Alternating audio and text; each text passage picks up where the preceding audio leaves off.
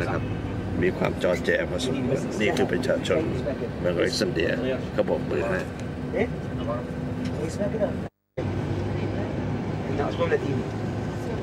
Egyptians and nothing special here. They have the same language, same habit. นี่คือสภาพตัวเมืองของอเล็กซานเดรียในบางตอนที่ผมผ่านไป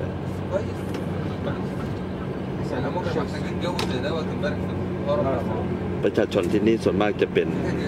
กรีกชาวยุโรปและชาวอิตาลี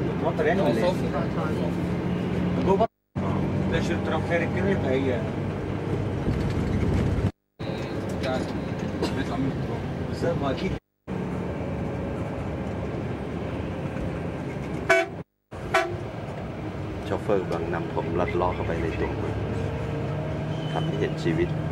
ความเป็นอยู่ของชาวอเล็กซานเดรียบางส่วนแต่คงไม่ต้องที่แปลก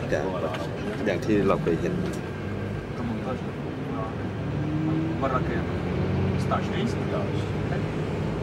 เมืองอเล็กซานเดรีย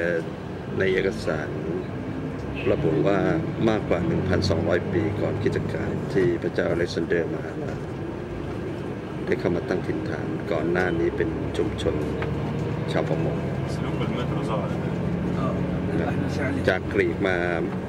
อเล็กซานเดรียดูในแผนที่คงไม่ไกลนะเพียงแต่ข้ามทะเลเมดิเตอร์เรเนียนมาเราอาจจะเป็นกลุ่มการศึกษาดูงานครั้งแรกของมาราชภัฏอุตรินะครับที่เข้ามาในประเทศอียิปต์ซึ่งเป็นเมืองที่ชาวโลกส่วนใหญ่ที่เข้ามาเยี่ยมเยียนหลายคนก่อนหน้าผมผ่านมาบนแนวถนนน่าจะเป็นเส้นทางรถรางกล่าว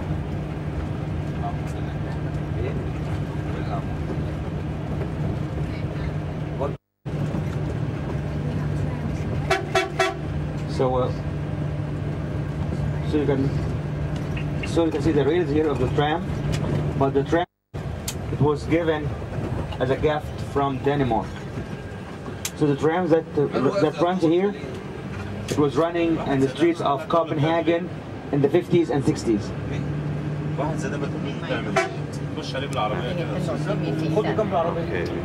นี่เป็นย่านที่อยู่อาศัยนะครับขณะนี้เรากำลังลัดเลาะไปในเมืองของอเล็กซานเดรียนะครับ One of the Greek traditions many years ago, it was when they in the tomb, but they feel very pessimistic to reuse the plates and the dishes that they used for this meal. That's why they were and they have to break them all. That's why when the Arabs came here to this place, which was a cemetery, they found lots of pottery fragments here. And the name of this area, up till now in Arabic, means big pile of pottery fragments. As Egyptologists, when we hear them,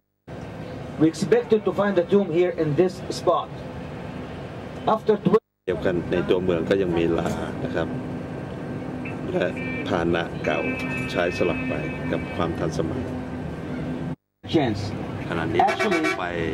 ที่ฝั่ง Not the Egyptologists discovered the tomb. No. Our hero here who discovered the tomb is just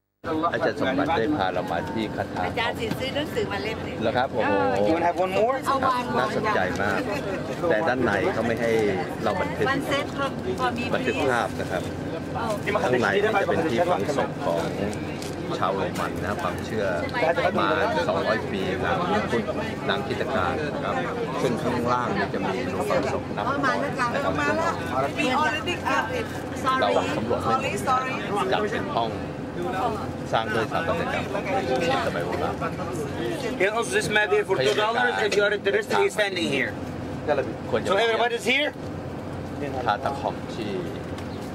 เมืองอเล็กซานเดรียส่วนภายนอกก็เป็นโรงศพธรรมดานะครับที่นำมาจากที่อื่นส่วนสำคัญ They give you the impression. You know what it is. They give you the impression. เราออกจากทาตะคอมเมืองอเล็กซานเดรียนะครับ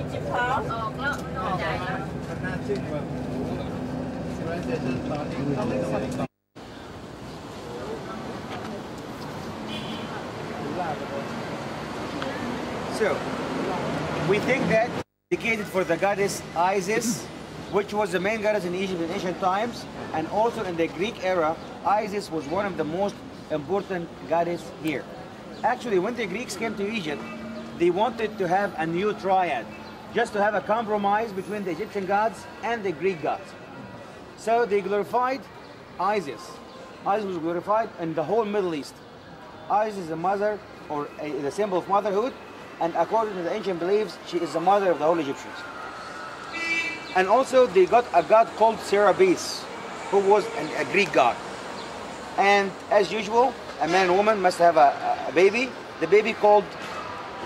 Harpocrates, which is another form or a Greek form of Horus. So they call it Harpocrates, Horus Krates.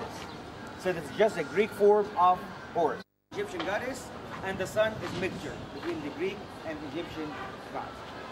And it said that we had a huge statue for this goddess here, and as usual, the Greek kings used to decorate the temples and the palaces with all the statues. So some of the statues here are taken from other places, Luxor, Aswan, Memphis, wherever. And the Greek kings were keen to have their statues in sphinx form, just imitating the Egyptian statue called sphinx, which representing the combination between Egyptian human features and animal features, as I told you yesterday in the pyramids area. That is about the ruins that you can see here, and it used to be also something like a library or a place where they used to have the manuscripts made out of papyrus. And also, if we come closer, you can see some blocks of stones with some cartouches, so they must be brought from some other temples. But what about the... And he killed the lots of Egyptians, lots of people from Alexandria, and it said that in one day he killed about 100,000 Christians. That's why the blood could flood in the streets of Alexandria till the knees of his horses. This is what we hear about this guy here. A couple of years later, the Egyptians here, the people from Alexandria, not the Christians, people from Alexandria led a big revolution. Why is that? Because the Roman governor was also a tyrant, and he wanted to collect more money, more than the taxes that they have to get. That's why they had, like, as we say, hunger, and nobody could hinder this revolution. That's why the king, the emperor, Diocletian, came here on his own, and he surrounded Alexandria. After a couple of weeks, they thought that he's gonna kill everybody because he was a very bloody guy. But as he came here, he knew that his governor is wrong, and people did all of this just because they are hungry. So he forgave everybody, and moreover, he gave them food and money. Nobody could believe that because he was a very bloody guy and very aggressive guy. Okay? But what is the relationship between Pompey and he was killed 48 BC. So local people thought that, or the descendants of local people here thought that on the top of this pillar they used to hang the head of Pompey 200 or 300 years because it is built, but believe that the head of Pompey was hanging here, which you can never ever be true. But it still carries the old name,